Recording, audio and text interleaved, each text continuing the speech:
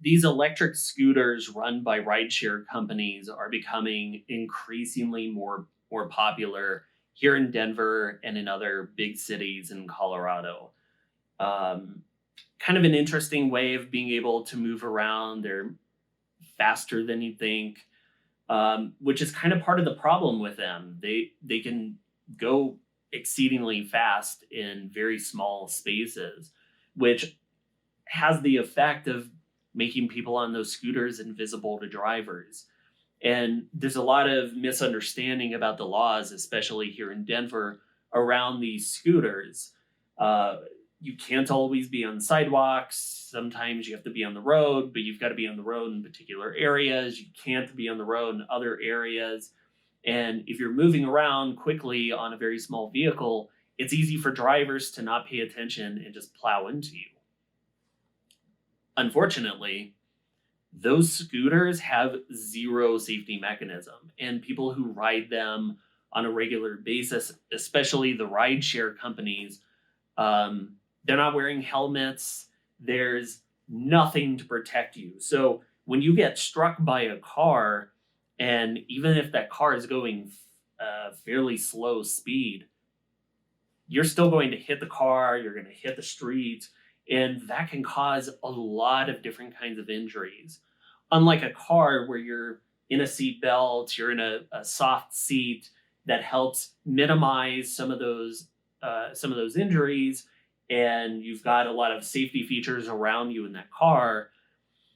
On the scooter, you're just out there. And so it's very easy to have broken bones, to have very serious spinal cord injuries, to suffer concussions and other serious head injuries as a result. The problem is, like bikes, like motorcycles, like pedestrians, insurance companies, especially those involved in the rideshare companies, very hesitant to take these claims seriously and very willing to blame you for what happened to you.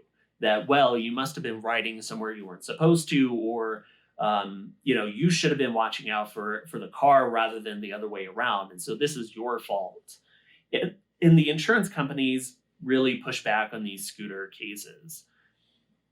So it's important to have an attorney who's experienced dealing with these kinds of injuries, who can help you out and tell the insurance company that I don't care what your opinion is. There are facts here about what happened, and there is a law. And drivers have to be observant. They have to be cautious. They have to follow the laws. So do scooter riders, but the drivers have to as well.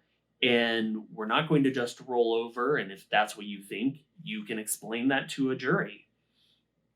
It's also important to have an attorney who's experienced with those kinds of injuries and these kinds of cases to help you be able to advocate for yourself, to get the kind of medical treatment that you need, to be able to help you figure out how you're going to be able to afford that treatment until your case can reach a resolution.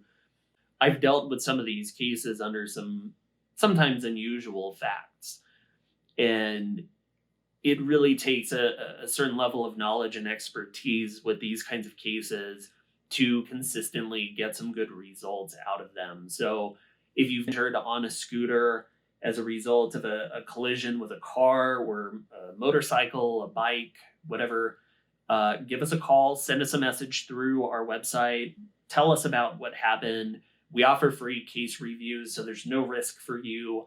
Let us know what happened. I can talk to you about some of the issues in these cases. If it's a good fit, we can take you on as a client and help you get that medical treatment and help you get the compensation you deserve.